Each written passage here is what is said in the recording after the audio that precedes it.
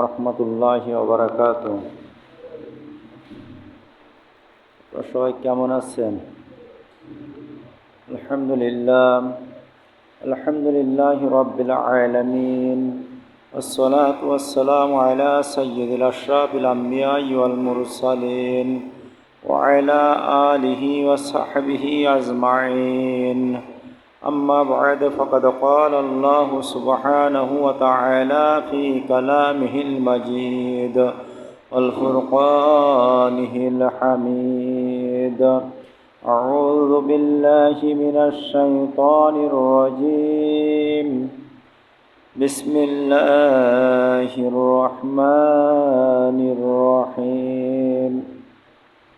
ولتكن منكم أمة يدعون إلى الخير ويأمرون بالمعروف وينهون عن المنكر وأولئك هم المفلحون.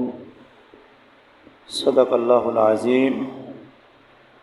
সর্বপ্রথম সেই মহান মুনিবের দরবারে লাখ কোটি শুকরিয়া আদায় করি যে মহান রব্বুল আলামিন দুনিয়ার সমস্ত কাজ থেকে ফারেক করে আজকের এই পবিত্র জুমার দিনে জুমার নামাজ আদায় করার উদ্দেশ্যে জুমার পূর্ব মুহূর্তে মসজিদে সমবেত হয়ে আমলের নিয়তে কিছু কথা বলার এবং শোনার তৌফিক যে মহান মুনিব দান করলেন, ওই মহান মুনিবের দরবারে শুকরিয়া আদায় করি। সবাই বলি আলহামদুলিল্লাহ। দুরূদ ও সালাম পাঠ করে মানবতার মুক্তির দিশারি সাইয়্যিদুল মুরসালিন আশরাফুল আম্বিয়া খাতামুন নবিয়্যিন মরদুল আল বিশ্বনবী মুহাম্মদুর রাসূলুল্লাহ সবাই বলি সাল্লাল্লাহু আলাইহি ওয়াসাল্লাম। আমি আপনাদের সামনে মহাগ্রন্থ আল কুরআনুল কারীমের 3 নম্বর সূরা আল ইমরান থেকে 104 নম্বর আয়াতে মুকাদ্দাসা তিলাওয়াত করেছি। এরই আলোকে সংক্ষিপ্ত পরিসরে কিছু কথা বলবো ইনশাআল্লাহ। আমা তৌফিক ইল্লা বিল্লাহ আলাইহি তাওয়াক্কালতু ওয়া ইলাইহি উনীব। আয়াত থেকে আলোচনার প্রারম্ভে ভাষা আন্দোলনে অংশগ্রহণ করে চলে গেছেন। 1971 সনে দেশমাতৃকার স্বাধীনতা যুদ্ধে অংশগ্রহণ করে চলে গেছেন এবং 2024 সালের 5ই আগস্ট পর্যন্ত এই দেশকে নতুন স্বাধীনতায় রূপদান করার জন্য অংশগ্রহণ করে আবু সাইদ ভাই, মুগ্ধ ভাই সহ যারা চলে গেছেন, 3 দলের ভিতর থেকে যারা ঈমান নিয়ে চলে গেছেন তাদের জন্য দোয়া করি। আল্লাহ রব্বুল আলামিন তাদেরকে শহীদ হিসাবে কবুল করে নিক। সকলে বলেন আমিন। এবং মুসলিম অধ্যুষিত এই জনপদ হযরত শাহজালাল রহমতুল্লাহ আলাই, হযরত খান জাহান আলী রহমতুল্লাহ আলাই, হযরত শাহ মখদুম রহমতুল্লাহ আলাইয়ের পদধূলিধন্য স্মৃতি বিজড়িত বাংলার এই সবুজ ভূখণ্ডে কালেমার পতাকা উড্ডীন করার জন্য কথা বলার কারণে সমকালীন স্বৈরাচার শাসকের অত্যাচারে অত্যাচারিত হয়ে মাজলুম অবস্থায় যারা পৃথিবীর বুক থেকে বিদায় নিয়েছেন, তাদের ভিতর থেকে বিশেষ করে আল্লামা দেলোয়ার হোসেন সাঈদী রহমতুল্লাহ আলাই, আলী হাসান মোহাম্মদ মুজাহির রহমতুল্লাহ আলাই, মতিউর রহমান নিজামী রহমতুল্লাহ আলাই, শহীদ আব্দুল কাদের মোল্লা রহমতুল্লাহ আলাই সহ যারা চলে গেছেন তাদের জন্য দোয়া করে আল্লাহ রাব্বুল আলামিন তাদেরকে শহীদ হিসেবে কবুল করেন। সকালে বলেন আমিন। আমরা যারা উপস্থিত আছি, আমাদের ভিতর থেকে আমাদের যাদের জন্ম থেকে আব্বাজান আম্মাজান গহীন কবরবাসী হয়ে গেছে, ওই কবর থেকে চাতক পাখির নাই আমাদের দিকে তাকিয়ে আছে, সন্তান মসজিদে যাবে আর আমার জন্য দোয়া করবে, রব্বির হামহুমা কামা রব্বায়ানি সগীরা। ওই পিতামাতা রুহের মাগফিরাত কামনা করছে, আল্লাহর কাছে দোয়া করে, আল্লাহ আমাদের পিতামাতার জিন্দেগির গুনাহ খাতা মাফ করে তোমার জান্নাতুল ফিরদাউসের মেহমান হিসেবে কবুল করে নিন। সকলে বলেন আমিন। সম্মানিত উপস্থিতি, আমরা যারা মসজিদে উপস্থিত আছি, আমাদের জীবনের একটা লক্ষ্য রয়েছে, যে লক্ষ্যকে সামনে রেখে আমরা মসজিদে নামাজ পড়তে আসছি। সেই লক্ষ্যটা হলো জাহান্নাম থেকে মুক্তি এবং জান্নাতে যাওয়ার আশা, ঠিক কি না? আর কোনো আশা আছে কি? এই আশা নিয়ে আমরা আসছি। তো জান্নাতে যারা যাবে এই লোকগুলো হলো সব থেকে সফলকাম মানুষ, এর থেকে সফলকাম মানুষ আর নাই। আর জাহান্নামে যারা যাবে এরাই হলো সব থেকে ক্ষতিগ্রস্ত মানুষ, এর থেকে ক্ষতিগ্রস্ত মানুষ আর নাই। এই জন্য আমরা জাহান্নাম থেকে মুক্তি চাই, জান্নাতে যেতে চাই। আল্লাহ কবুল করে নিক। সকলে বলেন আমিন। এই জন্য জান্নাতে যাওয়ার জন্য আল্লাহ রাব্বুল আলামিন 2 দফা কর্মসূচি দিলেন। দুটো কাজ যে দল করবে ওই দলটাই হলো জান্নাতে। সবাই বলে সুবহানাল্লাহ। আল্লাহ বলছেন ওয়ালতাকুম মিনকুম উম্মাতুন ইয়াদউনা ইলাল খায়র, তোমাদের ভিতরে এমন একটা দল থাকবে। ইয়াদউনা এটা মুজারের সিগা, প্রেজেন্ট ফিউচার, বর্তমান এবং ভবিষ্যৎ দুটো অর্থ দেয়। কিয়ামত পর্যন্ত ও নবী মুহাম্মদুর রাসূলুল্লাহ সাল্লাল্লাহু আলাইহি ওয়াসাল্লাম, এখন আপনার সামনে যে সাহাবায়ে কিরাম রিদওয়ানুল্লাহ তাআলা আলাইহিম আজমাইন আছে, আর কিয়ামত পর্যন্ত যত মানুষ পৃথিবীতে আসবে, এই মানুষের ভিতরে একটা দল থাকবে ইয়াদউনা ইলাল খায়র, তারা মানুষকে কল্যাণের দিকে ডাকবে। কিসের দিকে? কল্যাণের দিকে ডাকবে। ওয়ায়ামুরুনা বিল মারুফ, আর তারা সৎ কাজের আদেশ করবে। ওয়ায়ানহাউনা আনিল মুনকার, আর অসৎ কাজের নিষেধ করবে। তাহলে কর্মসূচি কয়টা পেলাম? দুটো, একটা হলো সৎ কাজের আদেশ, আর একটা হলো অসৎ কাজের নিষেধ। আল্লাহ বলছেন উলাইকা হুমুল মুফলিহুন, এরাই হলো সফলকাম মানুষ, এরাই হলো জান্নাতি মানুষ। বুঝছেন কথা? এরাই হলো জান্নাতি মানুষ।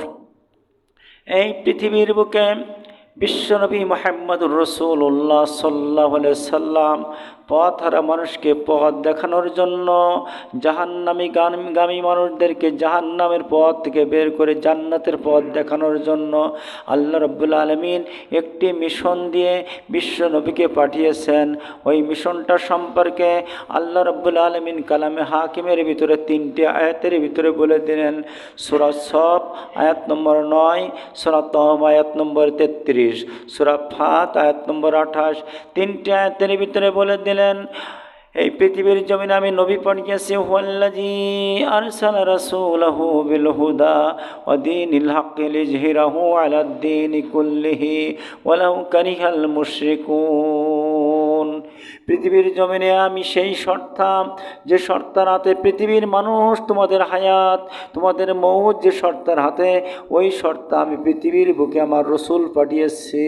ওয়াল্লাযী আরসালা রাসূলাহু বিল হুদা, দিয়েছি আমি মহাগ্রন্থ আল কুরআনুল কারীম হুদা, সৎ পথের পার্থক্য, সত্য মিথ্যার পার্থক্যকারী হিসাবে, হুদা হিসাবে, গাইড বুক হিসাবে মহাগ্রন্থ আল কুরআনুল কারীম পাঠিয়েছি, দিয়ে রাসূল পাঠিয়েছি। লিযহিরাহু ওটা মুজারের সিগা, বর্তমান আর ভবিষ্যৎ দুটো অর্থ দেয়। লিযহিরাহু ওটা প্রকাশ করে দেওয়া আলাদ দীনি কুল্লি, মানব রচিত যত মতভেদ আছে, মানব রচিত যত সংবিধান আছে, যত আইন আছে, সমস্ত আইনের পরে মহাগ্রন্থ আল কুরআনুল কারীমকে বিজয়ী শক্তি হিসাবে প্রতিষ্ঠিত করবে। এই জন্য আমি আমার রসুল পাঠিয়েছি। আল্লাহ রাব্বুল আলামিন কালামে হাকিমের অন্যত্র বললেন, সূরা বাকারার ভিতরে বলেছেন ইন্নী জাইলুন ফিল আরদি খলিফা, আমি পৃথিবীর জমিনে মানুষ সৃষ্টি করেছি আমার প্রতিনিধিত্ব করার জন্য। কিসের জন্য? প্রতিনিধিত্ব করার জন্য মানুষ সৃষ্টি করেছি। মানুষ রান্নাঘর থেকে শুরু করে পার্লামেন্ট পর্যন্ত কোরআনের আইন প্রতিষ্ঠিত করবে, এই জন্য আমি মানুষ সৃষ্টি করেছি। আর এই মানুষের, এই জান্নাতিগামী মানুষ যারা যারা জান্নাতের পথ চায়, যারা জাহান্নাম থেকে পরিত্রাণ চায়, এই মানুষগুলোর কর্মসূচি থাকবে দুইটি। কয়টি? দুইটি কর্মসূচি। একটা হলো সৎ কাজের আদেশ, আর একটা হলো অসৎ কাজের নিষেধ। বোঝেন কথা? বোঝেন? আল্লাহ রাব্বুল আলামিন কালামে পাকের ভিতরে বলছেন ইয়া আইয়ুহাল্লাযীনা আমানু ইন্নামাল খামরু ওয়াল মাইসিরু ওয়াল আনসাবু ওয়াল আজলামু রিজজুম মিন আমালিশ শাইতান। আল্লাহ বলছেন নিশ্চয় আমি আল্লাহ তোমাদের জন্য মদ, জুয়া, কি মদ, জুয়া, লটারি, এগুলো আমি আল্লাহ হারাম করে দিয়েছি। তাহলে মদ কি হালাল? যে দোকানে মদ বিক্রয় হয় ওটা কি হালাল দোকান? যে দোকানে ক্যাসিনোর ব্যবসা চলে, যে দোকানে বোর্ড খেলিয়ে টাকা নেওয়া হয়, যে দোকানে জুয়ার ব্যবসা চলে, ওটা কি হালাল ব্যবস্থাপনা না হারাম? হারাম ব্যবস্থাপনা। এই হারাম ব্যবস্থাপনা উচ্ছেদের জন্য এই হারাম ব্যবস্থাপনাগুলোকে আমি আল্লাহ রাব্বুল আলামিন হারাম করে দিয়েছি। কুরআনুল কারীমের ভিতরে কোট করে দিয়েছি। কোরআন মানা কি বলেন তো? আংশিক মানা ফরজ না সব মানা ফরজ? এই আয়াতটা মানা ফরজ কিনা? এই একটা বাদ দিয়ে মানা কি ফরজ? এই একটা মানা ফরজ। তো যে দোকানে ক্যাসিনের ব্যবসা হয়, যে দোকানে গাঁজা বিক্রি হয়, যে দোকানে ফেন্সিডিল বিক্রি হয়, যে দোকানে হিরোইন বিক্রি হয়, এই দোকানগুলো হলো সবই হলো ইসলামের দৃষ্টিতে অবৈধ দোকান। কি বললাম? অবৈধ দোকান। আর এই অবৈধ দোকানের সঙ্গে যদি কোনো কেউ সম্পর্ক রাখে, ও হলো অবৈধ লোক, ও ইসলামী কোনো লোক না। টাকা খাইয়ে যদি এই অবৈধ দোকান যদি কেউ চালু করতে চায়, যদি কেউ মদের লাইসেন্স দেয়, ওর কি ইমান আছে? ইমান আছে? বলেন। ইমান কিন্তু নাই। এই জন্য আল্লাহ রাব্বুল আলামিন কালামে পাকের ভিতরে বলছেন, ওয়ালতাকুম মিনকুম উম্মাতুন ইয়াদউনা ইলাল খায়রি ওয়া ইয়ামুরুনা বিল মারুফি ওয়া ইয়ানহাউনা আনিল মুনকার। আল্লাহ বলছেন তোমাদের দুই দফা কর্মসূচি আমি দিয়ে দিলাম। একটা হলো সৎ কাজের আদেশ করবে, আর একটা হলো অসৎ কাজের নিষেধ করবে। এইটা যদি করতে পারো, আমি আল্লাহ রাব্বুল আলামিন দুনিয়ায় থাকা অবস্থায় তোমাদেরকে সফল কাম মানুষ হিসাবে, জান্নাতে মানুষ হিসেবে সার্টিফিকেট দিয়ে দিচ্ছে। উলাইকা হুমুল মুফলিহুন, এরাই হলো সফল কাম মানুষ। সফল কাম হতে চান না? চান কিনা? আল্লাহ রাব্বুল আলামিন কালামে পাকের ভিতরে সূরা নিসা আয়াত নম্বর 150 এখানে বলে দিলেন, কোরআনের যদি কোনো বান্দা কিছু মানুষ কিছু মানে আর কিছু অস্বীকার করে, তার অবস্থা কি হবে? আমাদের সমাজের ভিতরে যদি জিজ্ঞাসা করি, ভাই আপনি 5 জন হক্কানি আলেমের নাম বলেন তো, আপনারা বলতে পারবেন না? হক্কানি আলেমের নাম বলে দিবেন, যার কাছে যার ভালো লাগে তার নাম বলে দেবেন, যে এরাই হলো আমার দৃষ্টি হক্কানি আলেম। যদি বলি ভাই 5 জন হক্কানি কাফেরের নাম বলেন, বলতে পারবেন? বলবেন ওই এখতিয়ার তো আমার দেয়নি, ও কাফের কি আমি তো দিতে পারবো না। আল্লাহ রাব্বুল আলামিন এই কুরআনুল কারীমের ভিতর থেকে আজ থেকে 1400 বছর আগে পৃথিবীর মানুষকে কোট করে জানিয়ে দিলেন, পৃথিবীর মানুষের তোমরা শোনো, হক্কানি কাফের কালাম, এই হক্কানি কাফেরদের জানাজা তোমরা পড়বে না। হক্কানি কাফেরদের সংজ্ঞা আল্লাহ দিলেন সূরা নিসার 150 নম্বর আয়াতে, ওয়া ইয়াকুলুনা নুমিনু বিবাদিন নাকফুরুনা বিবাদ ওয়া ইউরিদুনা ইয়াত্তাখিযু বাইনা যালিকা সাবিলা উলাইকা হুমুল কাফিরুনা হাক্কা ওয়া আতাদনা কাফিরিনা আযাবাম মুহিনা। আল্লাহ বলে দিলেন ওয়া ইয়াকুলুনা, ওটা মুজারের সিগা, প্রেজেন্ট ফিউচার, বর্তমান ভবিষ্যৎ দুটো অর্থ দেয়। ওয়া ইয়াকুলুনা, তারা বলে নুমিনুনা বিবাদ, হুজুর কিছু তো মানি, কিছু তো ঈমান এনেছি। ওয়া নাকফুরুনা বিবাদ, আর কিছু অস্বীকার করি। ওয়া ইউরিদুন, আমরা ইচ্ছা করি, আইয়াত্তাখিযু বাইনা যালিকা সাবিলা, মধ্যম পন্থা অবলম্বন করে চলি, সবার সঙ্গে তাল মিলিয়ে চলি। আল্লাহ বলছেন উলাইকা হুমুল কাফিরুনা হাক্কা, এরা হলো নির্ভেজাল কাফের। কার কথা? রফিকুলের কথা? কোন মুফতি সাহেবের কথা? কার কথা? মানা নফল, ফরজ। আল্লাহ রাব্বুল আলামিন কালামে পাকের ভিতরে সূরাতুল বাকারার 85 নম্বর আয়াতের ভিতরে বলে দিলেন, আফাতুমিনুনা বিবাদিল কিতাবি ওয়া তাকফুরুনা বিবাদ ফামা জাযাউ মান ইয়াফআলু যালিকা মিনকুম ইল্লা খিজুন ফিল হায়াতিদ দুনিয়া ওয়া ইয়াউমাল কিয়ামাতি রাদ্দুনা ইলা আশাদ্দিল আযাব। আল্লাহ বলে দেন, তোমরা কি মনে করেছো যে কুরআনুল কারীমের আমি কিছু অংশ মানব? আফাতুমিনুনা বিবাদিল কিতাব, কিছুর পর ঈমান আনব, তাকফুরুনা বিবাদ, আর কিছু অস্বীকার করব। যদি এইরকম করো, ইল্লা খিজুন ফিল হায়াতিদ দুনিয়া, দুনিয়ার জীবনে তোমাকে অপমানিত, অপদস্থ, লাঞ্ছিত করব।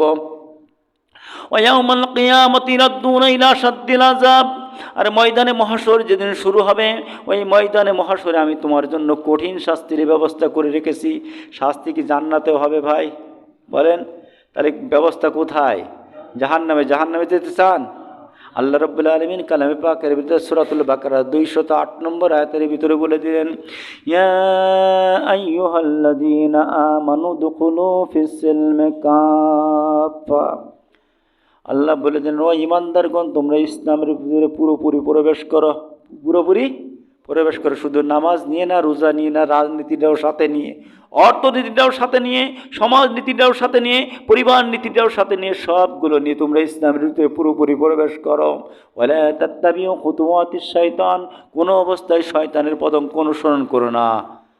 কোনো অবস্থায় শয়তানের পদঙ্ক অনুসরণ করো না। তার কারণ শয়তান চাই, শয়তানের মিশন হলো মানুষকে ঈমান হারা করা, মানুষকে আমল হারা করা। এই দুটো কাজে যখন শয়তান ব্যর্থ হয়ে যায়, লাস্ট নম্বর কাজ হলো বিদআত ঢুকিয়ে দেওয়া। বুঝছেন? শয়তানের মিশন কয়টা? 3টে মিশন। শয়তান যখন ইবলিস যখন জান্নাত থেকে বের করে দেওয়ার পরে ইবলিস আল্লাহর কাছে বলে, রব্বি ফাংজিরনি ইলা ইয়াউমি ইউবআসুন, ও আমার রব তুমি আমাকে কিয়ামত পর্যন্ত হায়াত দাও। কিয়ামত পর্যন্ত হায়াত পাওয়ার পরে ইবলিস মিশন নিল তিনটি। বললো, আল্লাহ তুমি যে আদমকে এত ভালোবাসলে, এত ভালোবাসে আমাকে আজাজিল উপাধি দিয়ে দিলে, ওই আদম সন্তান যারা হবে ওদেরকে আমি আল্লাহ ঈমান হারা করেই ছাড়বো। আল্লাহ বলেন পারবা না। আল্লাহ বলছেন, ইবলিস বলছেন যদি ঈমান হারা না করতে পারো ওরা আমল হারা করে ছাড়বো। আল্লাহ বলছেন তাও পারবা না। ইবলিসের পরে বলছে যদি আমল হারা করতে না পারি তাহলে ওরা আমলের ভিতরে ভেজাল ঢুকই দেব, বেদাত ঢুকই দেব, যেটা আমাদের সমাজের ভিতরে অহরহ ঢুকে গেছে। আল্লাহর নবী বলেন, ওয়া আবি হুরায়রা রাদিয়াল্লাহু তাআলা আনহু ক্বালা ক্বালা রাসূলুল্লাহ সাল্লাল্লাহু আলাইহি সাল্লাম কুল্লু উম্মতি ইয়াদখুলুনাল জান্নাতা ইল্লা মান আবা, কিলা মান আবা ইয়া রাসূলুল্লাহ, মান আতানি দাখালাল জান্নাহ মান আসানি ফাকাদ আবা, আও কামা ক্বালা আলাইহিস সালাতু ওয়াস সালাম। আল্লাহর নবী বলেন আমার প্রতিটা উম্মত জান্নাতে যাবে, বল সুবহানাল্লাহ।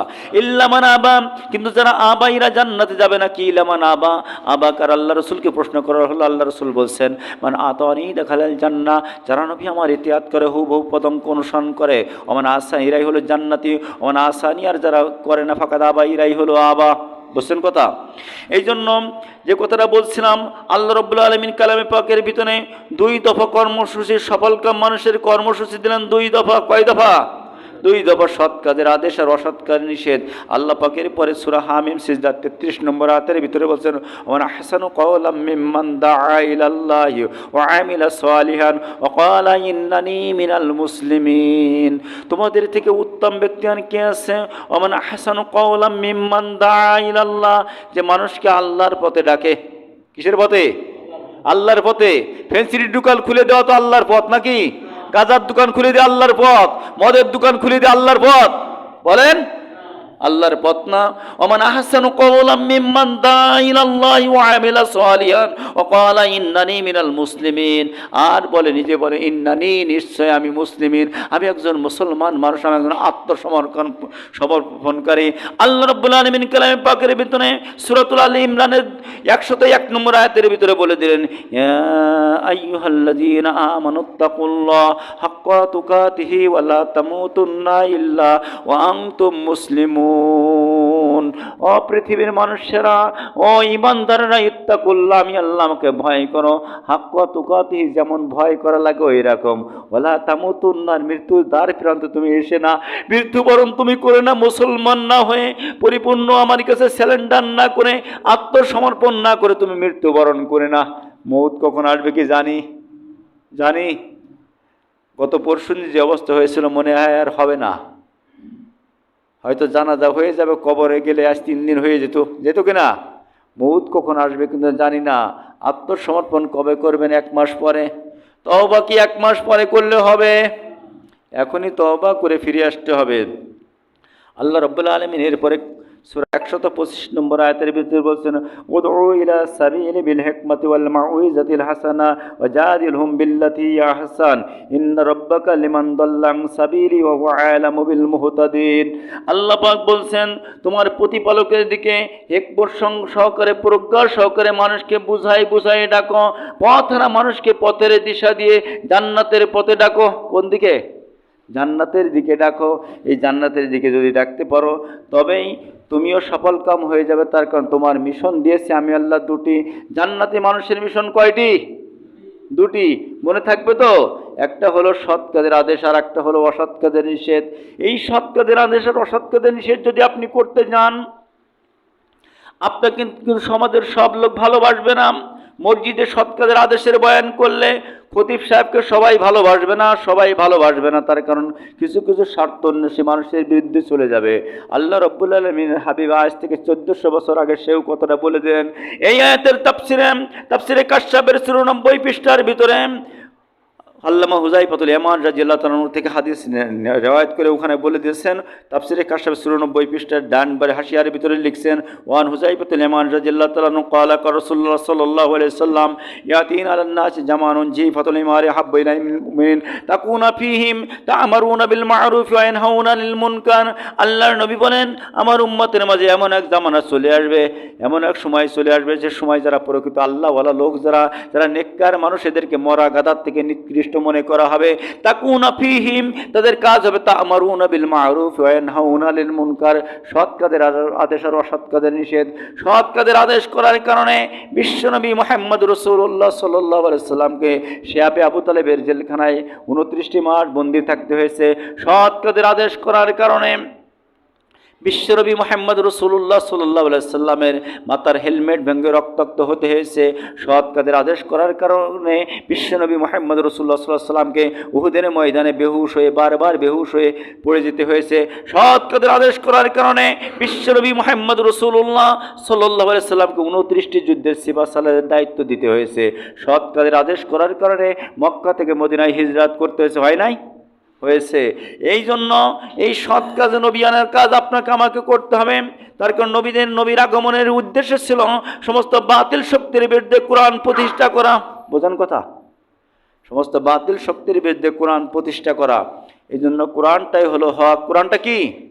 হক। কোরআনের পথটাই হলো হক পথ, অন্য সমস্ত পথ হলো বাতিল পথ। এই জন্য আমরা ওয়াদা করেছি জান্নাতে যাব। কোথায় যাব? জান্নাতে যাব। আল্লাহ কবুল করে নিন, সকলে বলেন আমিন। জান্নাতে যেতে গেলে আল্লাহ রাব্বুল আলামিন বলছেন আরো 2টি শর্ত দিয়ে দিলেন। 2টি শর্ত সূরা বুরুজের 11 নম্বর আয়াতের ভিতরে বলে দিলেন, ইন্নাল্লাযীনা আমানু ওয়া আমিলুস সালিহাতি লাহুম জান্নাতুন তাজরি মিন তাহতিহাল আনহার। আল্লাহ বলে দিলেন, নিশ্চয় যারা ঈমান আনয়ন করে, কি করে? ঈমান আনয়ন করে, আমলে সালেহ করে, আমি আল্লাহ রাব্বুল আলামিন তাদের জন্য জান্নাত রেডি করে রেখেছি। সবাই বলে সুবহানাল্লাহ। তাহলে ঈমান আর আমলের সালেহ, তো ঈমানটা কিভাবে আনতে হবে? শুধু কলেমা পড়লেই কি ঈমানদার হওয়া যায়? কলেমা পড়েই ঈমান আনতে হয়। কলেমা হলো ঈমানের গণ্ডি ঢোকার জন্য রাস্তরণ গেট, কিন্তু আল্লাহ প্রদত্ত রসুল প্রদর্শিত পন্থায় কলেমা পড়তে হবে। বুঝছেন? কীভাবে কলেমা পড়বো, কীভাবে ঈমানদার হবে? আমি আমার মুনিবকে জিজ্ঞাসা করি। মুনিবকে জিজ্ঞাসা করলে মুনিব বলে দিচ্ছেন, সূরাতুল বাকারা 256 নম্বর আয়াতের ভিতরে মুনিব বলে দিচ্ছেন, ও পৃথিবীর মানুষে কিভাবে ঈমান আনবা তোমরা শোনো।